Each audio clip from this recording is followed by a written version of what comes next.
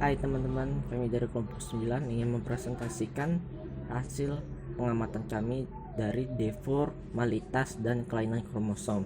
Sebelum masuk ke materi, saya akan memperkenalkan nama anggota kelompok kami. Ada Elizabeth Tessa Dian Adventa, ada Marco Lukis Lanikato Syotang, saya sendiri, dan ada Salsabila Hasna Lutfi Aninda. A. Deformitas. Beberapa masalah kesehatan deformitas pada bayi baru lahir yang meliputi deformitas pada kaki, tangan, dan tulang belakang. 1. Deformitas pada kaki. Beberapa masalah kesehatan pada kaki dapat terjadi karena adanya deformitas kaki pada bayi baru lahir. Beberapa deformitas kaki pada bayi baru lahir adalah sebagai berikut.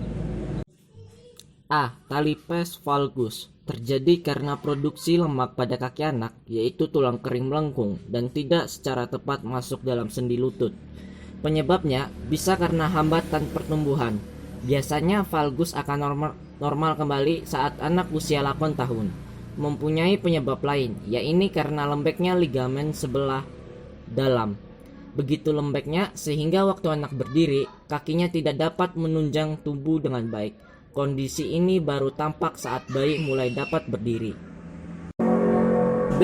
Talipes calvus, kelainan tapak kaki yang berupa lengkungan atau arch lebih tinggi dari kaki normal, dan seringkali jari kaki berbentuk cakar. Jari kaki penderita talipes calvus biasanya tertarik ke dalam posisi cakar, kepala metatarsus ke bawah ke tapak kaki, dan lengkungan pada pertengahan kaki lebih nyata.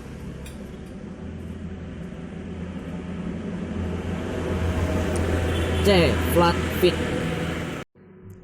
Flat feet, kelainan tapak kaki yang berupa tidak adanya lengkungan atau arch di telapak kaki anak antara jari-jari kaki dan tumit.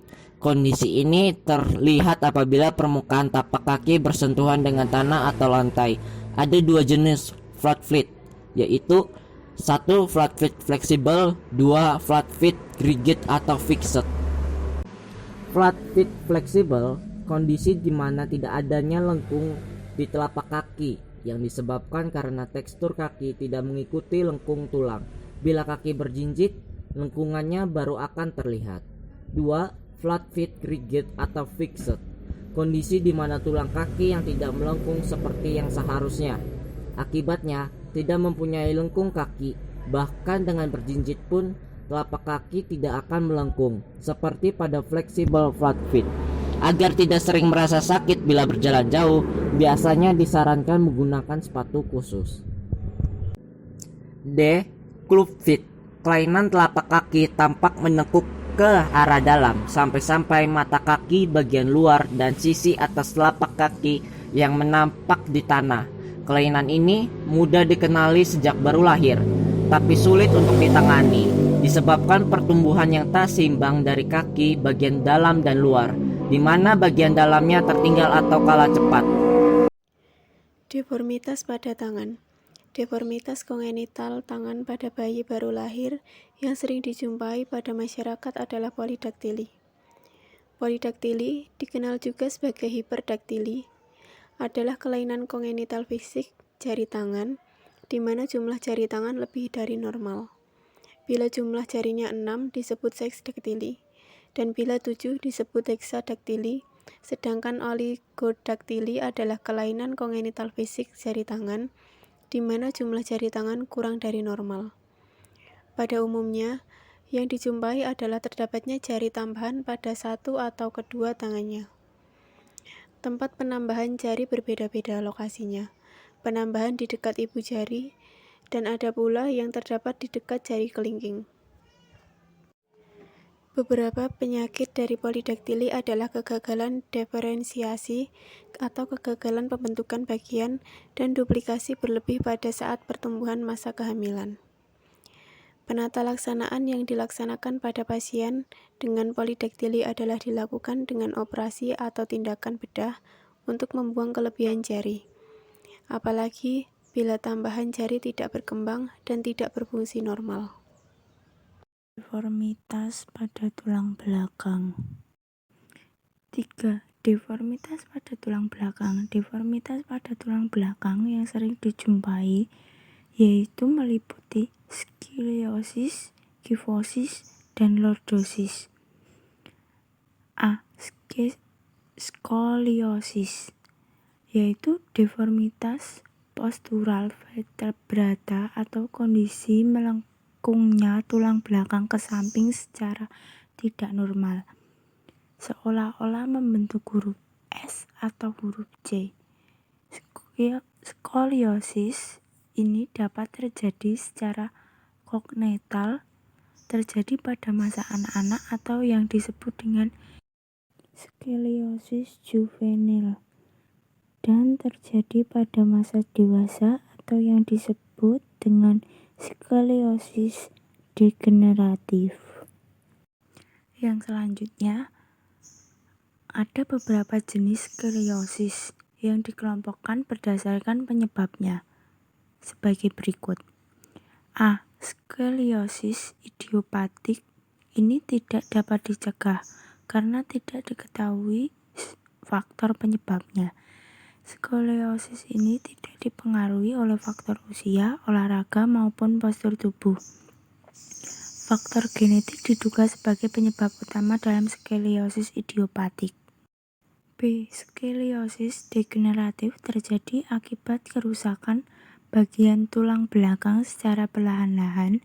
Skoliosis tipe ini menimpa orang dewasa karena seiring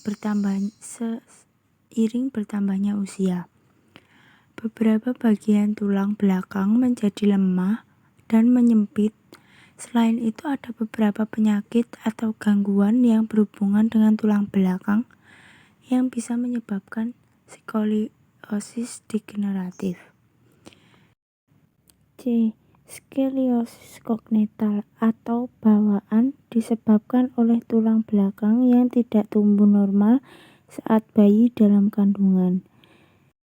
D. Skoliosis neuromuskular yang disebabkan oleh gangguan persyarafan dan otot seperti pada penyakit lumpuh otak atau distrofi otot. Selanjutnya, ada beberapa gejala skoliosis yang dapat dilihat dari penampilan fisik. A. Salah satu pinggul tampak lebih menonjol. B. Tubuh penderita skoliosis memperlihatkan condong ke satu sisi. C. Salah satu bahu lebih tinggi. D. Salah satu tulang belikat tampak lebih menonjol. E. Panjang kaki tidak seimbang. Dan bisa disembuhkan atau dikurangi menggunakan penyangga, obat-obatan, dan operasi. B. Kifosis atau kelainan tulang belakang yang melengkung ke depan atau cembung ke belakang secara berlebihan, sehingga seseorang mengalaminya akan menjadi bungkuk. Kifosis terjadi ketika kelengkungan ini lebih besar dari normal. Kifosis dapat menyebabkan penekanan berlebih pada tulang belakang, sehingga menimbulkan rasa sakit. Ada beberapa faktor yang menyebabkan kifosis. A. Bertambahnya usia membuat semakin bertambahnya resiko tulang punggung melengkung ke depan. B. Perkembangan tulang punggung yang tidak normal selama masa kehamilan. C. Adanya cedera tulang punggung. Dan D. Postur tubuh yang salah yang berakibat otot pendukung tulang belakang dan ligamen merenggang. Kondisi ini dapat menyebabkan tulang belakang lebih melengkung.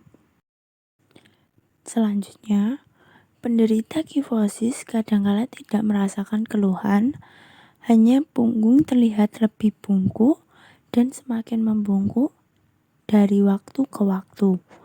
Namun demikian, pada beberapa kasus ditemukan keluhan penderita kifosis sebagai berikut. Yang pertama, kelelahan, nyeri dan kaku pada punggung, dan tulang punggung menjadi sensitif.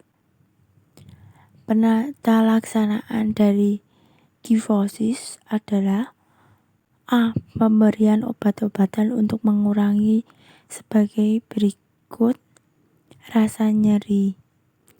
B.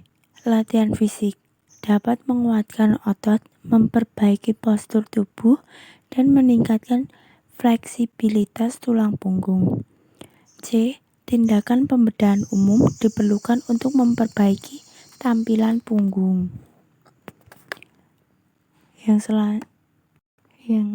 selanjutnya, lordosis, yaitu kelainan tulang belakang yang terjadi jika tulang belakang pada punggung bawah melengkung ke depan secara berlebihan.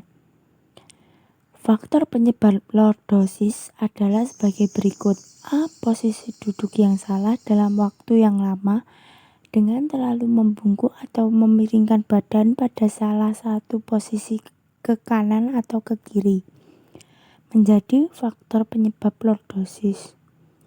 B. Kelainan tulang belakang yang dialami oleh para tua dapat menurun kepada anaknya. C. Kelainan tulang belakang dapat pula disebabkan oleh karena infeksi tertentu seperti polio dan artritis. D. Cedera pada tulang belakang juga dapat menyebabkan masalah atau gangguan kesehatan tulang belakang. Yang terakhir, penata laksanaan lordosis sebagai berikut. Pada beberapa kondisi tertentu, kelainan kongenital menimbulkan beberapa gangguan seperti rasa sakit berlebihan, sakit otot berlebihan, kejang otot, dan kesemutan.